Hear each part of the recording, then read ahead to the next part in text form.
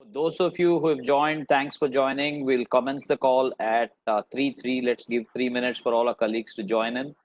Thank you.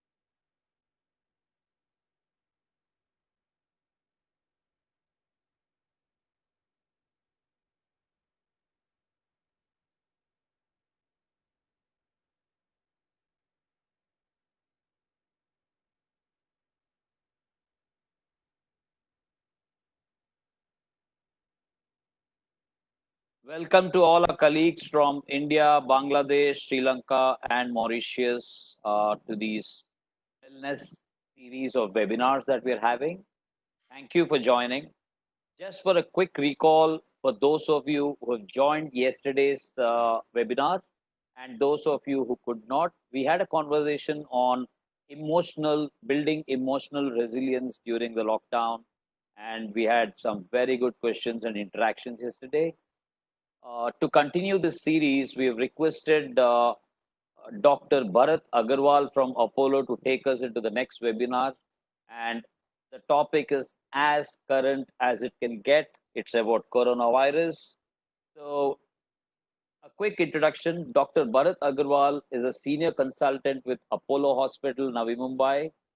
With an experience of over 14 years, he specializes in influenza vaccination and immunization. He's an active member of associations like the India Society of Critical Care Medicine and Association of Physicians of India. He has also completed a certification on cardiac life support through the American Heart Association.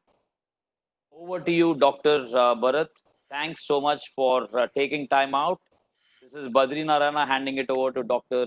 Bharat Agarwal. Thank you so much for inviting me over. The good aspect of COVID is I'm doing something for the first time in my life. This is a live webinar. It's a new experience for me also. Now to differentiate between COVID and coronavirus, what is the difference between COVID and coronavirus? So coronavirus is the etiological agent, or means the causative agent for a disease which is called as COVID. So COVID is the disease, coronavirus is the organism.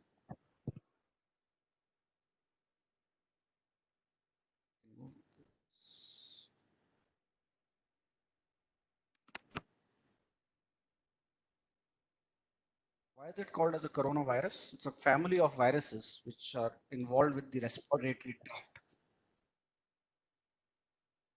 The respiratory viruses, the name comes from the spheres which has spikes on it. It looks like a crown. That is why a coronavirus.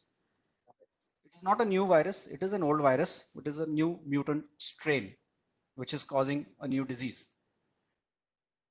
If you go through literature, it's a large family of viruses ranging from causing illness ranging from a common cold to a more severe disease which involves the lungs to cause something called as an ARDS and life-threatening illness. We've seen it earlier, though in a different variation, something called as the Middle Eastern Respiratory Syndrome, the MERS, which you all heard, and the severe acute respiratory syndrome of the SARS virus, which we have seen earlier in the decade.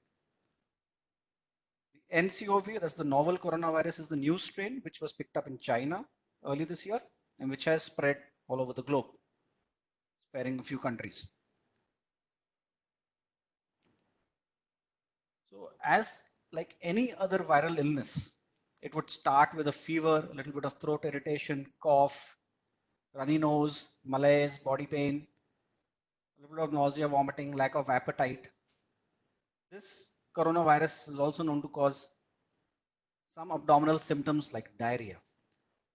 So, like any other viral illness, it would be very difficult to say that you have corona on day one.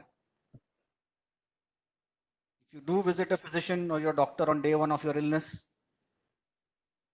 am I audible? You are audible, doctor. Okay, because I'm on the chat box, it says it's not so. So on the day one of the illness, it would be very difficult to say whether you have a corona or a COVID or not. Because its presentation is like,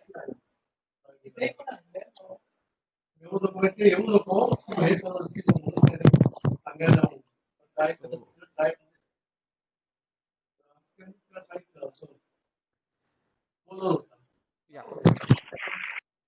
there's some background noise. Can I just ignore that?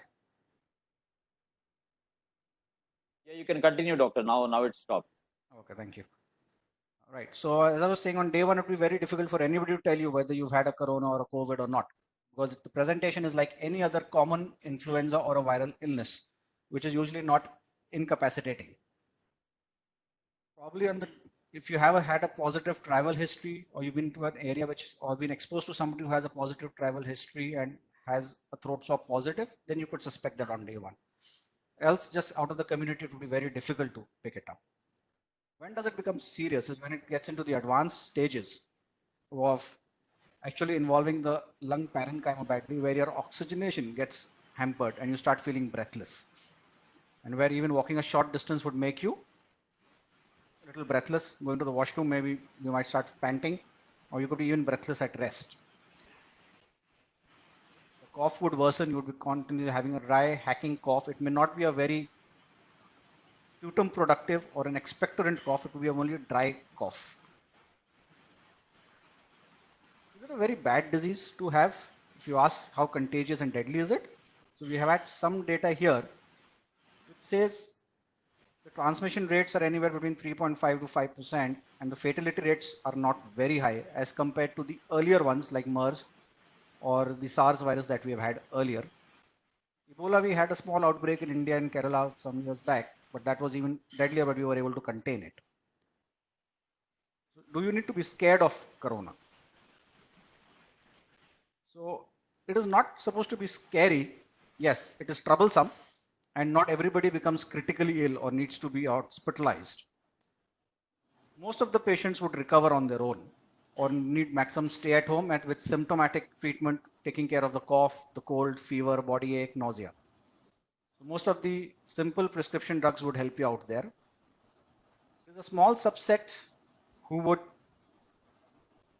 be needing hospitalizations, the ones who already have some underlying comorbidity, that is patients who have been diabetic or patients who have been on immunosuppressants, already have an underlying lung disorder like a COPD or a bad asthma or an interstitial lung disease, patients who are on immunosuppressants like steroids or some other drugs, transplant recipients who could be exposed. Out Out of these severe hospitalizations also, it would be a small subset who would go to the ICU or would need ventilation or other organ supports. Again, extremes of age, immunosuppressed patients are the more ones who are vulnerable to getting critically ill as compared to a healthy young adult.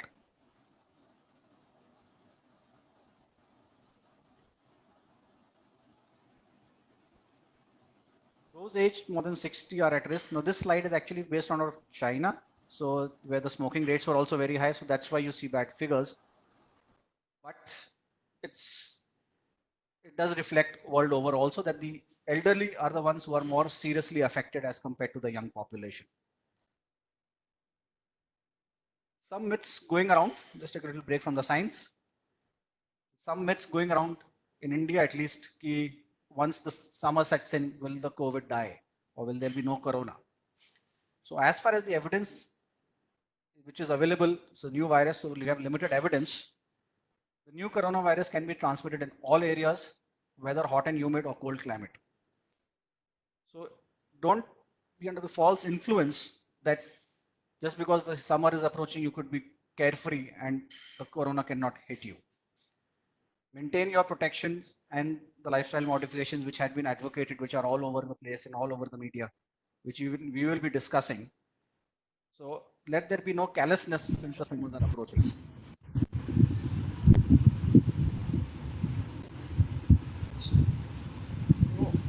why is there a breathing difficulty getting corona or ARDS?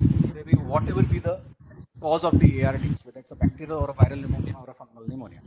So ARDS is basically an infiltration into the lung parenchyma, which fills up the small alveoli or the air spaces in the lung with exudative fluid. So there is proper oxygenation. Doctor, there seems to be some disturbance. I think near the mic there. Maybe your hand is touching the microphone. Should I remove the mic?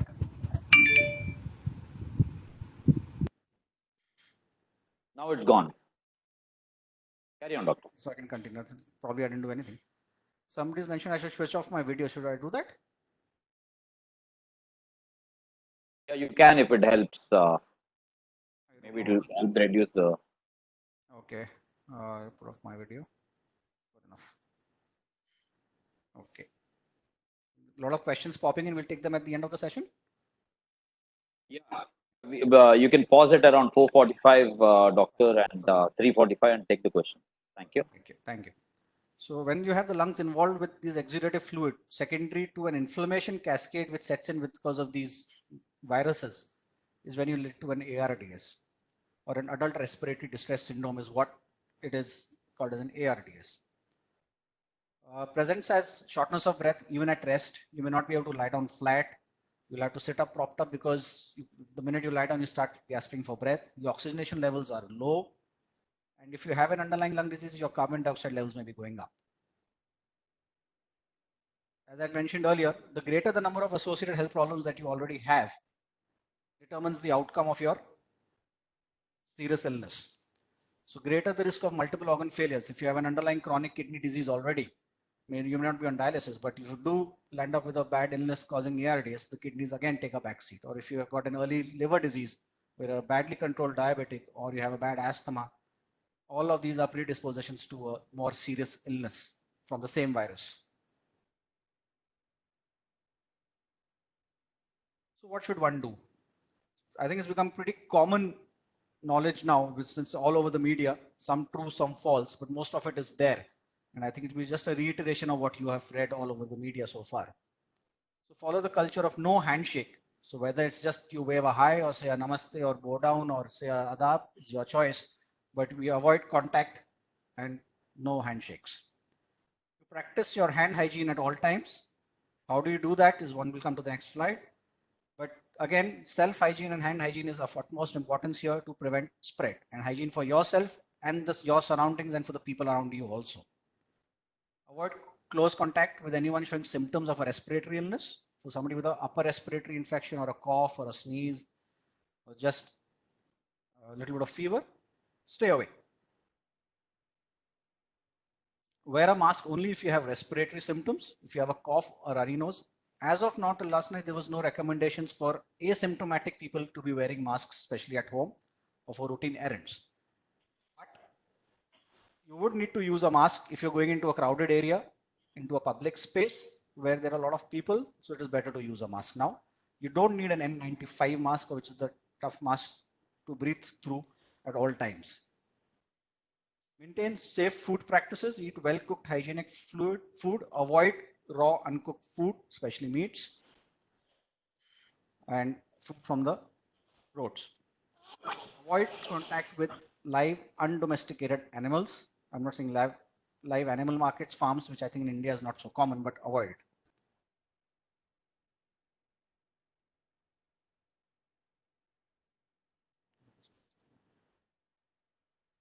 Social distancing, is there a norm to it? Is there a definition to it? So a guide here is a preferable 2 arms length should be adequate to maintain social distance.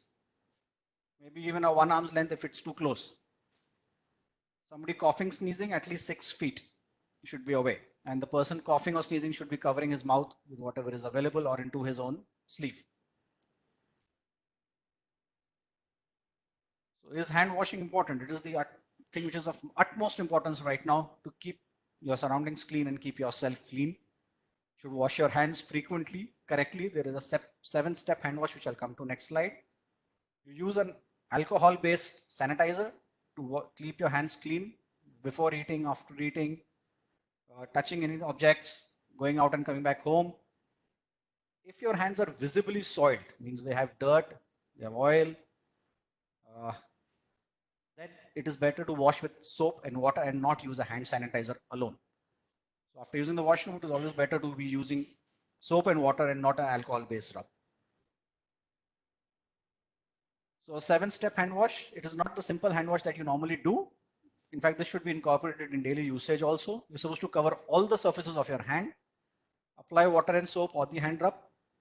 It's a palm to palm scrub, then do a bit in between finger scrub. You focus on the thumbs, rub your thumbs, the back of the hands, and in between the fingers again, and rub your fingernails into the palms. Then you wipe them, if you're using soap and water, with a clean, either a disposable tissue or a clean towel, which needs to be washed very frequently once it is wet. The same hand wash can be applied when you're doing just a simple hand wash with a hand rub or alcohol-based hand rub. Are hand dryers effective? Do you actually need to use a hand dryer because it is warm? No, it does not help in killing the bacteria in any or the virus in any which way. Once your hands are clean, you should dry them thoroughly by using a paper towel or a warm air dryer. But it is not, a hand dryer is not in place of a hand wash. Do ultraviolet lamps help to sterilize the hands? No, they don't. In fact, ultraviolet lights on prolonged or recurrent exposure are harmful for the skin and cause a radiation dermatitis or ultraviolet radiation skin irritation in simple way. When to do it? Clean and disinfect frequently touched items and surfaces as and when you touch them with a regular household cleaning spray. The virus can be sitting on surfaces for 6 to 12 hours. So somebody has sneezed and the droplets fall onto the table that you're working on or eating on, you need to clean it every 6 to 12 hours. Avoid touching your eyes, nose and mouth because the virus can propagate from there with unwashed hands. Avoid close contact with people who are sick and stay home if you are sick. Don't move out. You're not even to get things. Ask somebody else to do it. So avoid close contact with people who are sick means the patients who have an active infection of upper respiratory tract infection. They should be able to take care of themselves. Be in contact with them. Do help them out. But avoid a direct contact. Always wear masks.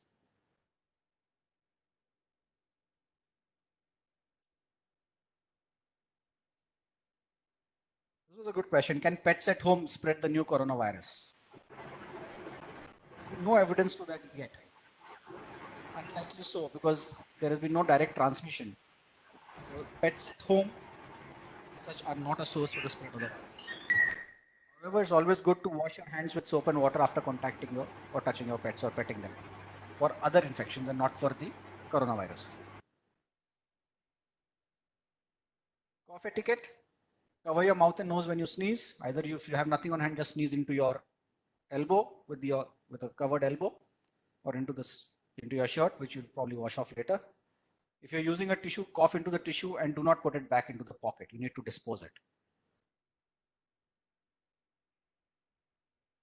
What about self-quarantine? Because that's the most important thing to prevent spread of this virus around. So you may take up to 14 days to develop symptoms once you're exposed to this virus. If you've traveled to any area which has been affected, or you have come into contact with somebody who has traveled abroad, you should ideally be staying at home for the next 14 days. So that's 2 weeks, and not venturing out. So that is self-isolation and not or self-quarantine, which probably the authorities don't have to come and tell you. Stay informed of what's going on. Do not panic just because you're in isolation. You may not develop the symptoms at all. If you do develop, they may be very mild, which may just need some treatment, which you can contact over your doctor. In self-quarantine, since you're alone at home or you're alone in the room, you're going to be reading a lot of stuff online. Don't believe everything that you read.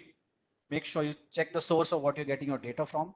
Either it should be from WHO or the CDC, which is a US-based organization. Or if you're in India, you can look up the Department of Family Welfare, Health and Family Welfare, which is giving you very authentic data and practical tips of how to manage this. When should you seek medical help? If a cold or a fever, mild fever, stay at home, use a mask. If possible, try an online consult or a teleconsult with your known physician. Avoid close contact with others.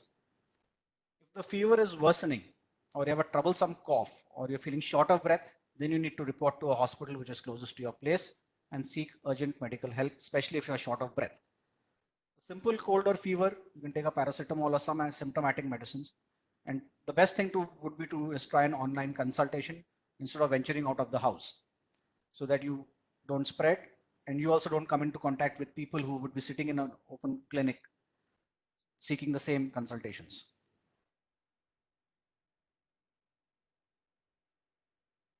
Again, face masks. So should everybody be using a face mask?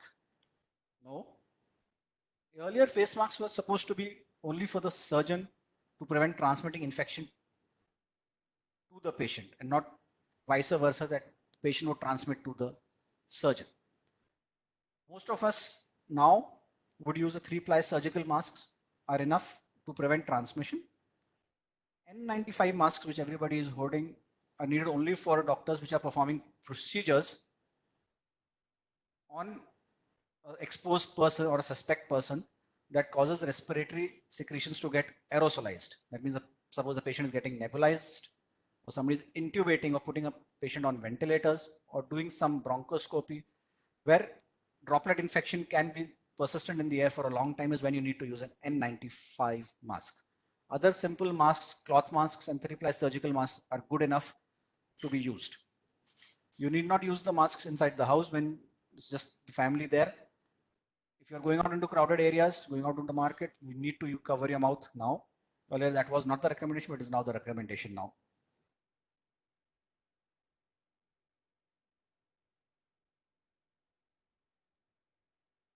So persons with no symptoms need not use the mask unless they're going out.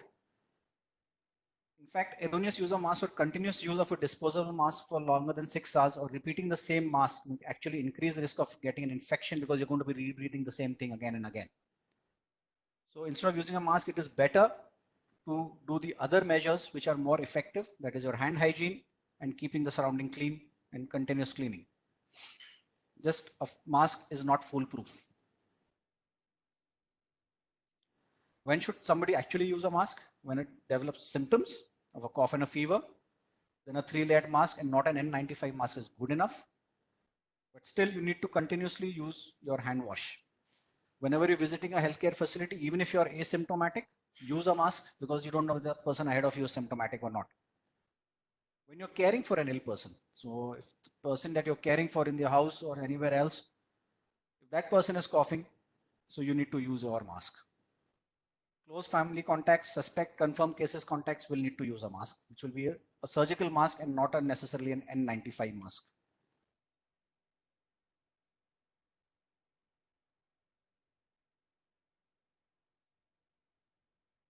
Okay, one more myth, vaccine is coming out soon and is going to be foolproof. So the vaccines, there is a lot of research going on, especially in the US, for developing a vaccine for this virus. But as of now, there is no proven vaccine, and it might be still some time before we develop a vaccine to prevent this virus. We have to also understand these viruses are constantly mutating and they themselves are getting newer. So a vaccine may not be foolproof all the time. So a vaccine is still in the pipeline, but nothing around here. So don't look for a vaccine. If somebody is telling you that there's a vaccine available, it's false. It is not yet there in the market for general use, still under research. What you can do is don't post messages and increase panic.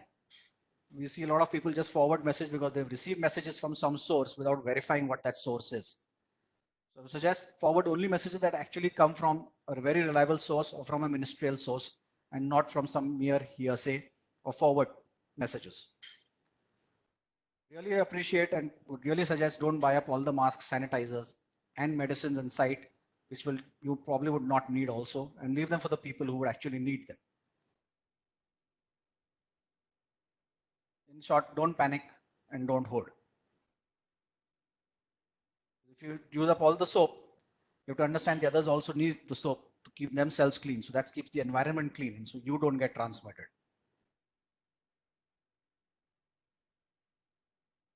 Some do's, you could, if possible, work from home, which I think most of the corporates have implemented and are doing it on a very forward footing and really helping us out. Workplace distancing, keep a minimum workplace, maybe an alternate desk or something. Hand sanitizers at all the workplaces and in public places.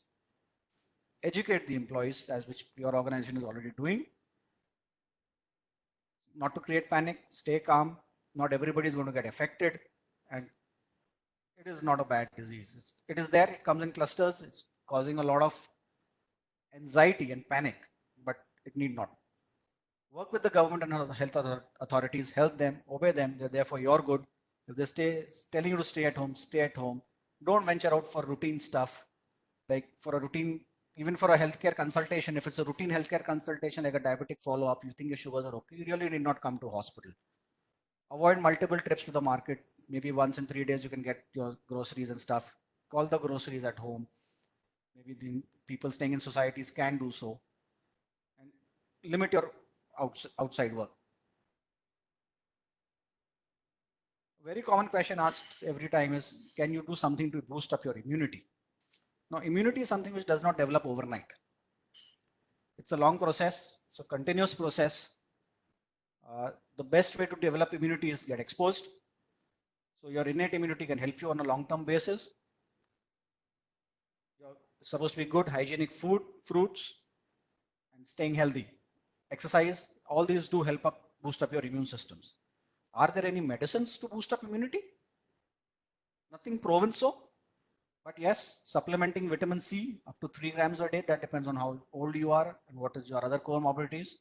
Vitamin C, vitamin E, vitamin D maybe. So these do help boost up your immune responses. But popping these will not prevent you from getting an infection or getting infected by the virus. It is the basic hand hygiene and cleanliness and using masks in public spaces which will prevent the spread of the disease, and not popping in vitamin C and vitamin B6. At most, they could decrease the intensity of the disease. We've been hearing this all over, flatten the curve, flatten the curve. What does this mean? So when we're saying flatten the curve is slow the progression of the virus. You're not saying you can eliminate the virus, but slow the progression so you don't get a large cluster of patients all at one time, which overburdens the healthcare system and everybody's sick. So when you say flatten the curve, if you're staying at home, you're preventing transmission of the virus from one person to the other. So the number of patients getting affected, the number of people getting affected is less. So you don't get a huge peak, and it helps prevent getting treatment for the actually seriously and sick patients. So wash hands, don't touch face, stay home when you're not sick, and stay home even if you are sick and not seriously ill.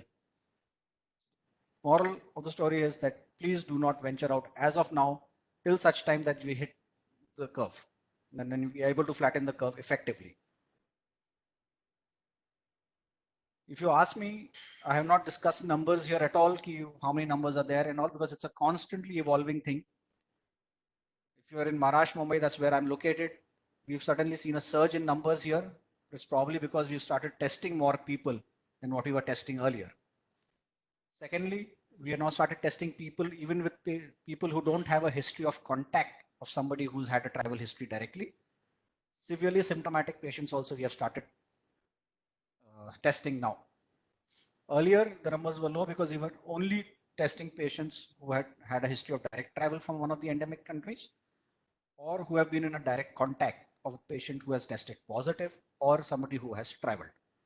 Now that is no longer true, and we are testing more people, and that's why probably we're getting larger numbers. But does not mean that the virus has increased.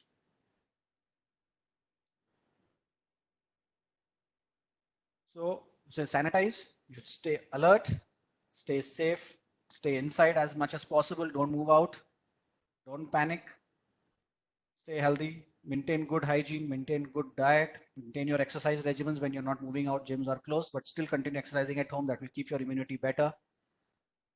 And I would say that would be good enough. Mr. Badri, I think. Hello. Thank you so much, Doctor. Sorry, I was struggling to unmute. It was hanging. Okay. So, Doctor, we can see quite a few questions. Exactly. So I think we should.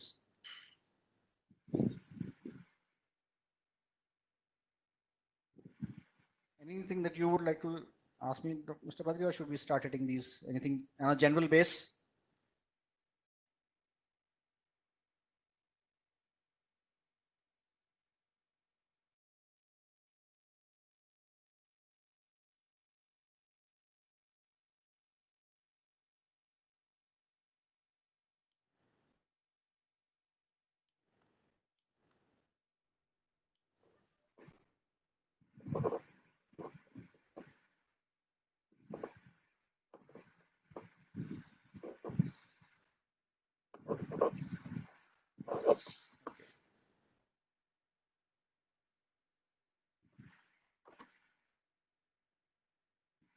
Hello, doctor. Can you hear me? It's a little faint. Sure. Can you hear me now? Yeah. So we have quite a few questions, doctor. We'll start off All right. one by one. The first question by Dipendra is: should we stop eating sprouts as it is also not cooked? Difficult one. No recommendations, but I don't think so because it is good for health. And if the sources have not changed, then it shouldn't. Sure. And you've washed it before it, so that's all right. So the second question is by Vishaka, doctor. Does the virus spread through food packaging? Food packaging per se, no, but yes, if you're using packed food, or ultimately you need to keep it clean. There's going to be contact with human hands all over. If they're not using their sterile techniques, then it may transmit, but by surface transport, but otherwise no. Okay. The next question by Sudha Prakash: is the start of the infection itself severe? Not necessary, no. It would start like a mild illness usually. It could progress rapidly. So you could just be landing up with a cough cold. If you are seriously ill, maybe in a couple of hours also, it can progress rapidly to cause breathlessness and decrease in oxygen levels. But that's not the norm. Okay. Doctor, the next question by Jackie Rajpal. Just wanted to ask, does this virus spread in air also? Do we need to be careful when we go out and wear mask all the time when we are out? As of now, the recommendations have come in last night. Yes, if you're out into a public space, which is going to be a little crowded, you should be wearing a mask. Sure. The next question, doctor, is by Gitanjali. Dipanjali. The question is, doctor, can you explain the procedure once a person is tested positive for COVID-19? Is the self-quarantine to be carried out at home or the hospital post confirmation of COVID-19? Yeah, so can you be treated for COVID-19 at home? Yeah, so as of now, with what the ministerial guidelines tell you is if you have tested positive for COVID-19, we are isolating as of now in a government setup. But if it does get overwhelming, there will be home quarantine also. Sure. The next question is, doctor, thank you for starting with different. Okay, the next question is number one, presently shown by the government are of corona. Sorry. So he has asked number presently shown by governments are corona or COVID. Could you please throw some light on technicality of testing adopted by the Indian government? Okay, so technicalities, we are doing a PCR based test, if that helps. It's a throat swab test for the COVID-19 virus or the novel coronavirus. Okay. Uh, is the COVID an airborne disease? It's a droplet infection. If you ask me, technically, there is a little difference between an airborne disease and a droplet infection. But as of now, we're still classifying it as a droplet infection and not an airborne disease.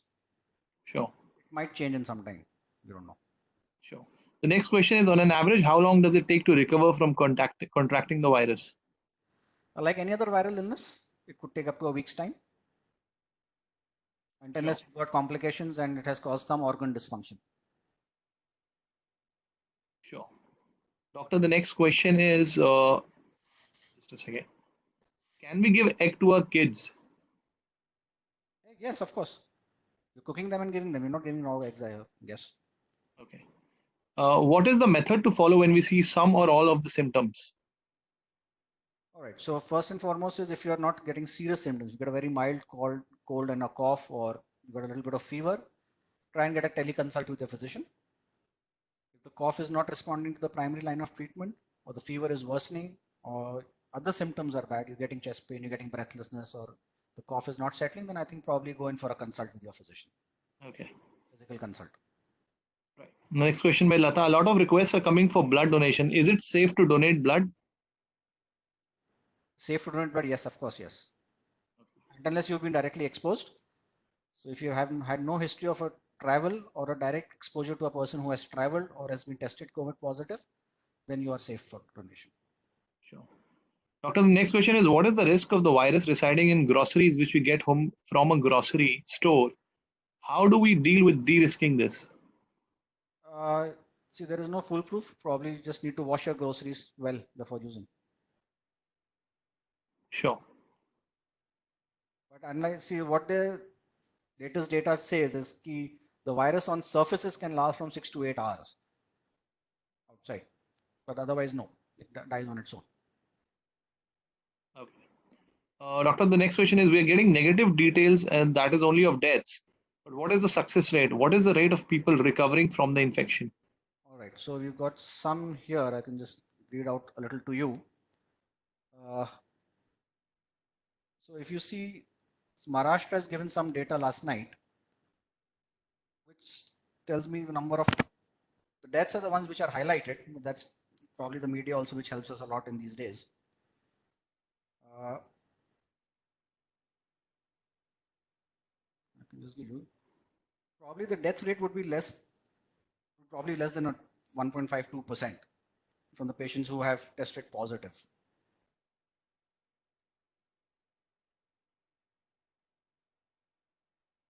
Right. So, doctor, the next question is, what do you think has helped China to curtail the local transmission so effectively? It took them long, and again, self-isolation, and that's the only key right now.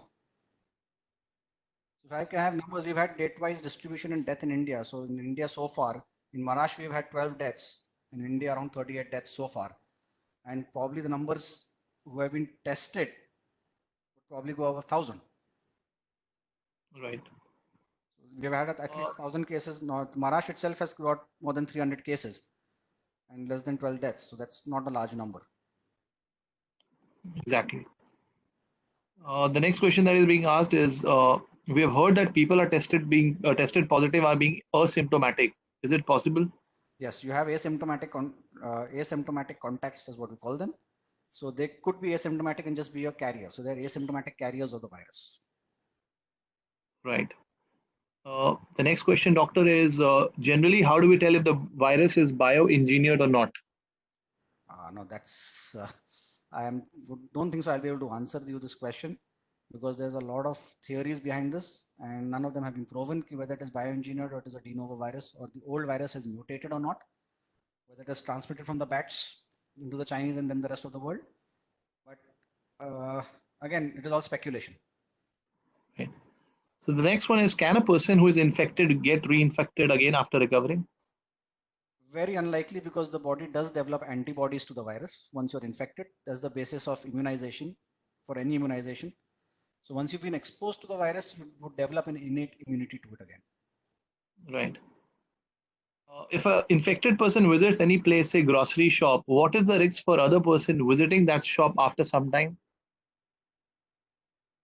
Go again, I missed it. Sorry.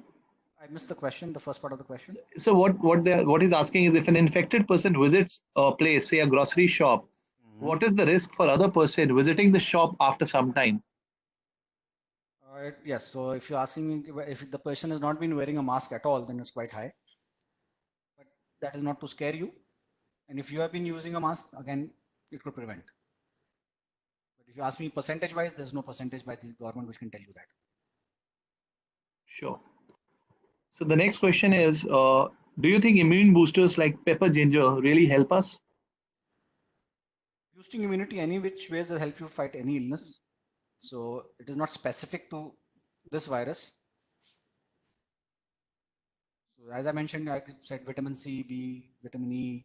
So all these are helping in your immune system develop better T cells and B cells.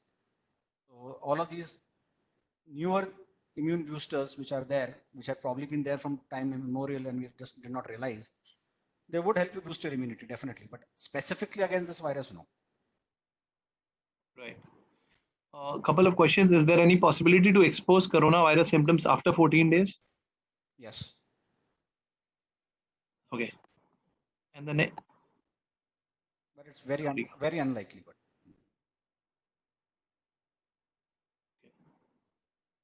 How long does the virus survive in water? like any other surface, if it's a surface and not usually in water, it will not survive. It does die in water. That's why you're washing. Sure. How antibiotics consumption increases the risk? Antibiotics consumption would not increase the risk of the virus, but definitely for other secondary bacterial infections when you are develop drug resistance pathogens. Sure. So If someone has flu, how do we also you destroy your own common flora, which also has some self-defense mechanisms. So your own flora gets a little altered when you take antibiotics, and that is why you could be a little more predisposed. But that's about it. Right. The next question by Suman Chatterjee is, tying a handkerchief over nose mouth a good replacement for a mask when going out? Yeah, so a cloth mask is recommended if you are asymptomatic and it is for your self prevention. So a cloth mask, but it should be covering the face, that is the nose and the mouth closely. Okay. The next is an interesting question. Is there a possibility that everyone will get infected, whether mildly or severe? Again, this is quite hypothetical. Nobody has the right answer to this, but yes, one is what you're trying to ask me. Well, will we develop herd immunity to it? No. When you say herd immunity, you're asking whether everybody develops an immune response to the virus. Eventually, that does happen over a couple of months or years, maybe. It doesn't happen immediately. So if you recollect, when we got the exposure to swine flu and H1N1, if you recollect. So earlier strains, people were getting very sick. There were a lot of deaths. But over the period of years, we have developed some amount of herd immunity and people are not getting that sick and you don't hear so much of it. Okay. So next question is, can you please explain the procedure once a person is tested positive? Again, this is a repeat question. How do we clean vegetables or fruits brought home to make them safe for consumption? Just wash them in flowing water, that's all. And then cook them well. There is no separate cleaning mechanism. Does a sanitizer with less than 70% alcohol suffice to kill COVID-19 virus? Example, 60 or 65% alcohol content. I think that's quite a, I don't know. I mean, the recommendations are 70% alcohol is what they have recommended. Right. Sure. Would have the soap and water is helping, and even that should help. Right. A follow-up to the previous question is, should we not wash vegetables and fruits in soap water, quarantine them for 24 hours? Soap water. I've never heard of somebody washing vegetables in soap water. Detergents are not supposed to be consumed. Right. So if you do wash them in soap water, the detergent has a very high chance of getting into your system. Okay. The next one is going out for a walk in the building complex. Is that okay for about 40 minutes? If there's nobody else walking around with you.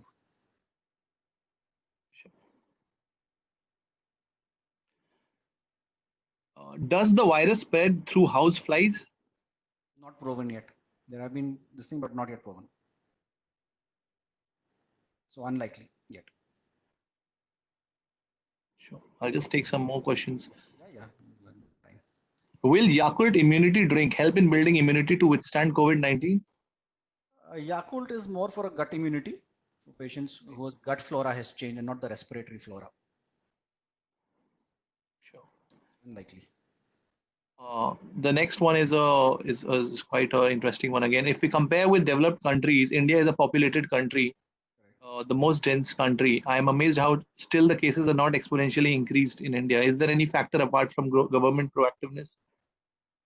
Okay, there are again a lot of theories behind this if you keep reading WhatsApps and other messages on mails.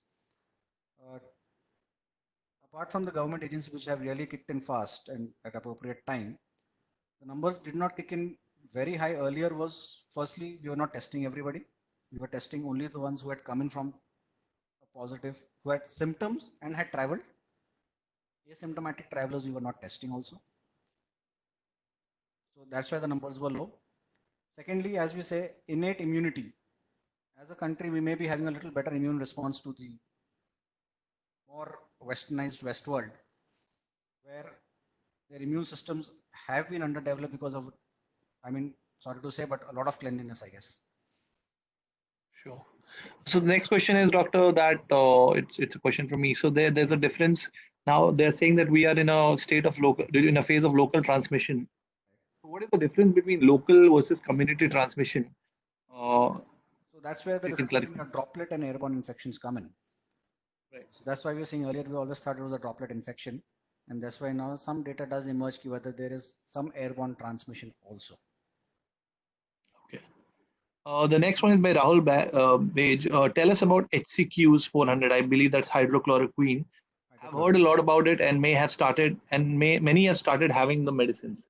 Correct. So hydroxychloroquine per se is still not, I mean, it is there in a lot of literature which has emerged from the countries who have already started treating it. As of now, the recommendations for hydroxychloroquine as a prophylaxis, means even without the illness, if you have to take it, is only for healthcare workers who have been directly exposed to a COVID-19 positive patient or are in their active care. Is only the recommendations. If you have COVID-19 positive, again, HCQ can be used, but again, it has to be used carefully, especially if you have an underlying cardiac abnormality, because it can cause cardiac complications. So it cannot be, better not to be taking it over the counter. Right. Does drinking hot water helps in increasing immunity? That's again mere hearsay. I have no data on this. I cannot answer this. The next one is, can fresh vegetables brought from market carry COVID-19 with them? Considering this, should we consume cooked vegetables and green salad or not? If you washed it enough, unlikely you can consume everything. Okay. Right. I'll just go to the Q&A box.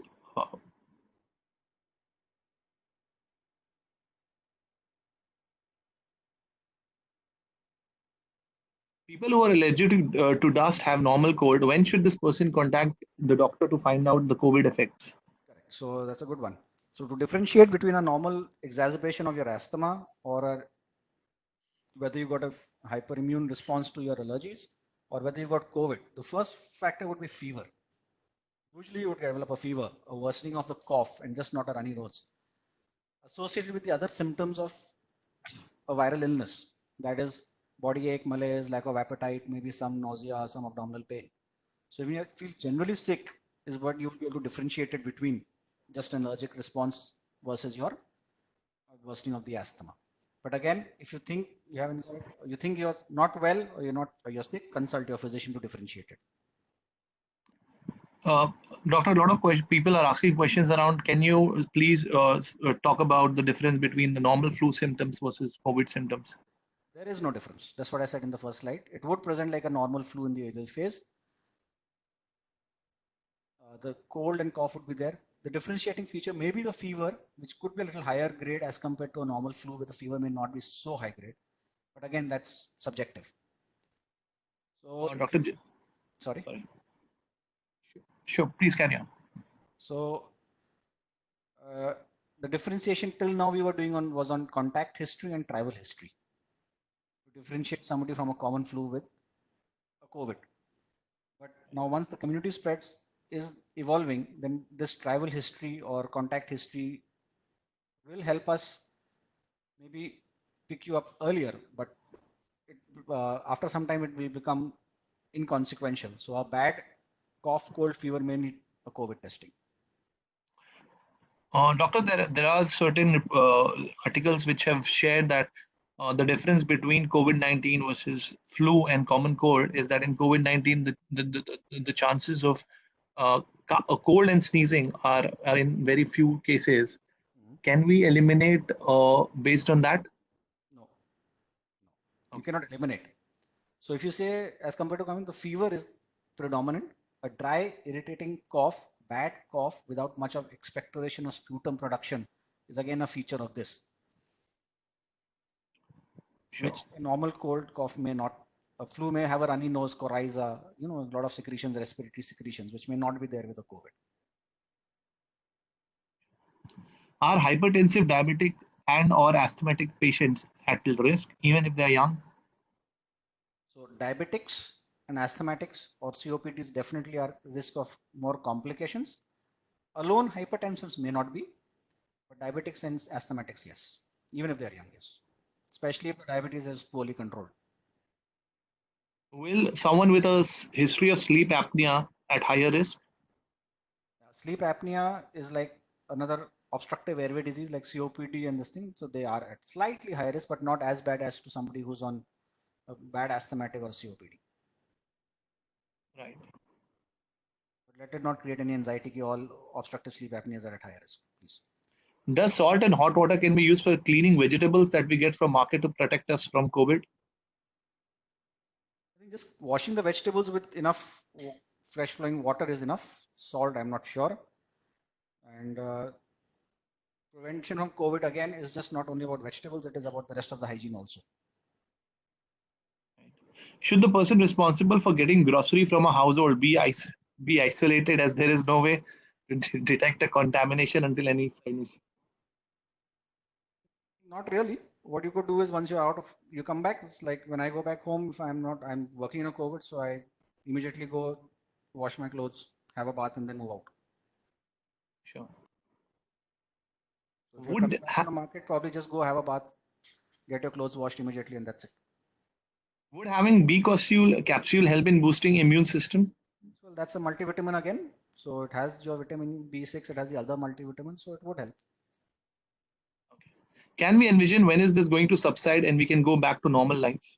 That's $1 million question, I must say. But that's something which we don't have an answer right now. So probably the next 10 days would be able to help us know which way are we progressing. Since we're testing more, we're treating more, we'll get to have some idea in the next 10 days or so where the numbers are going up or not.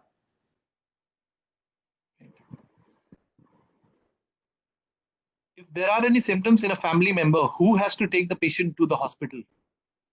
A family member has to take the patient to the hospital with personal protection, use a mask and gloves.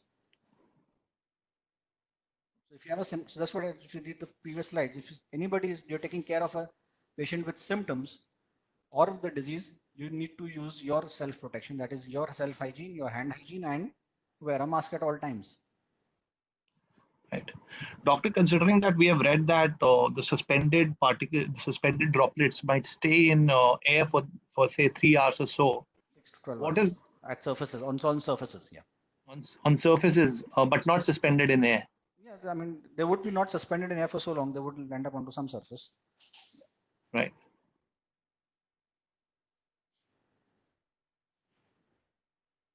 This is a repeat question. Sorry, just for COVID-19, should we test if we have any of the symptoms or all the symptoms like cough, cold, and high temperature? I think whether you did testing or not, let it be decided by the authorities. So just a cough, cold may not need testing. A fever, cough, cold, a sick look, travel history, contact history, all decide the factor whether you need to be tested or not. Right. So, doctor, we have a lot of questions, but I think we'll take the last 3 or 4 as we are Okay. to time. Is it safe to have packaged breads as they're just prepared 2 to 3 days before? Yes, so. And probably toast them. Right. So if you Is cook it safe to jog in an empty park? yes. That's why I said if there's nobody around, yes. Does wearing gloves help while going to purchase groceries? So again, gloves, the idea is personal protection again here. So wearing gloves, either you come back home immediately and wash your hands or discard the gloves. So I mean, again, if there is something suspended on this contact surface, it may be helpful, but not always. So, doctor, what is the chances of getting infected even after a good immune system? And just to add to that, what is the probability of getting the infection if you have been exposed to a COVID-19 positive person?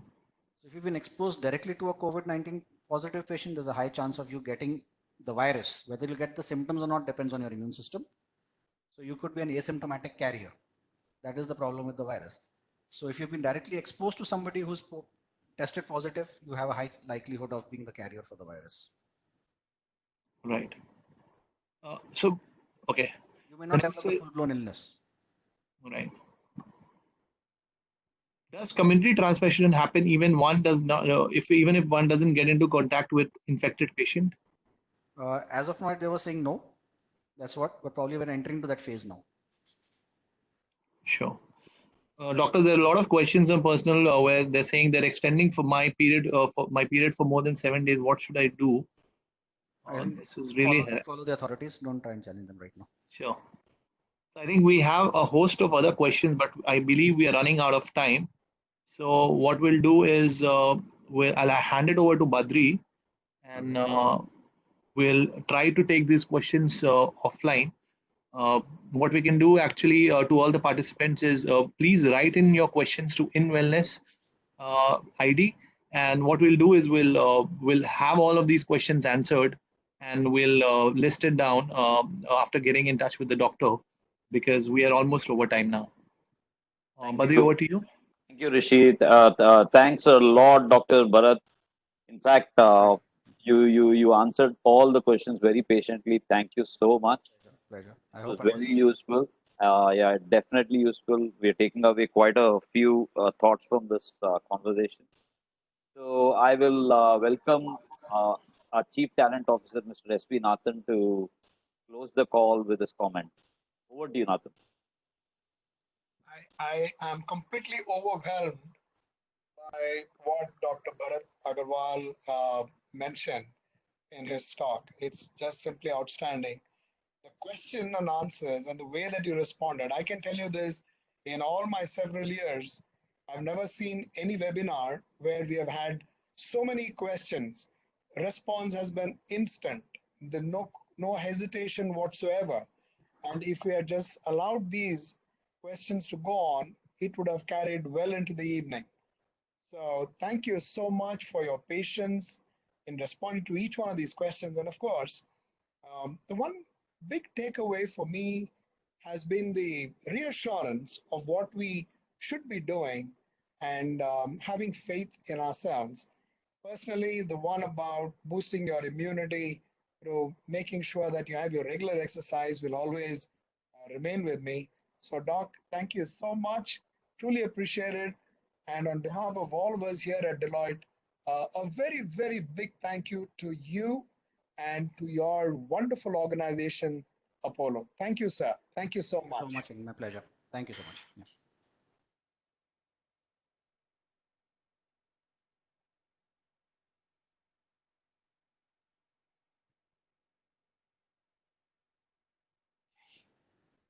So, Doc, if you want to close, that's again an opportunity for you. Any closing comments that you may have? No, I think the best thing is stay calm, don't panic, let the authorities guide you what needs to be done, believe in them, and don't go overboard with things. That's Thank what I you would so say. much, Doc. And on that note, on that very, very positive note, very uplifting note, thank you so much for your time and your patience in responding to a gazillion amount of questions that have come your way. Thank you, sir. Thank you, Thank you Doc. so much. Bye bye. Thank you. Thank you, Dr. Have Bhatt. a very, very nice evening and for days ahead. Bye bye.